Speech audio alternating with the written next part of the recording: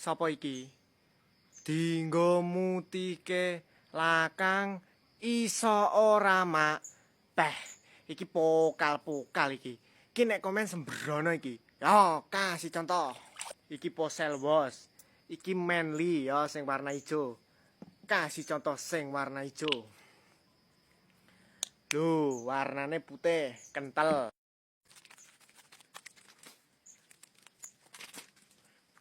Ambune ngisrik seger iki. Nggo ngilangi dangkal-dangkal ning rai kena iki.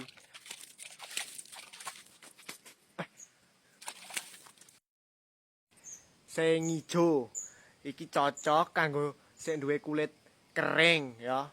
Fungsine padha ya. Loro iki fungsine padha. Padha-padha iso ngilangi jerawat. Saiki njajal sing warna biru, Posel Wash warna biru. Iki corake warna biru mak ya, warna biru. Kasih contoh.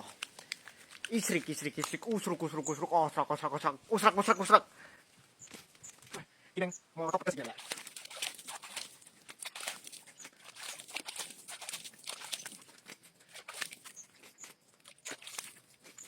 Giancuk. Lu ya delok dhewe raine resik. Nganggone iki Manly Posel Bos. Iki tak nggo ngresiki lakang, nggo mutihke bokong, mutihke kokon taskol ya genah kena iki. Tukune ning bronjong kuning. Iki nek raimu sing kering ya, kering nganggone iki Manly. Raimu sing berjerawat, kumuh, kluwus nganggone iki Posel Bos sing warna biru. Iki jan kurang ajar ki sembrono ki. Jarane wedi. Ah, bronjong kuning kayak di out. Loro 60.000. Srit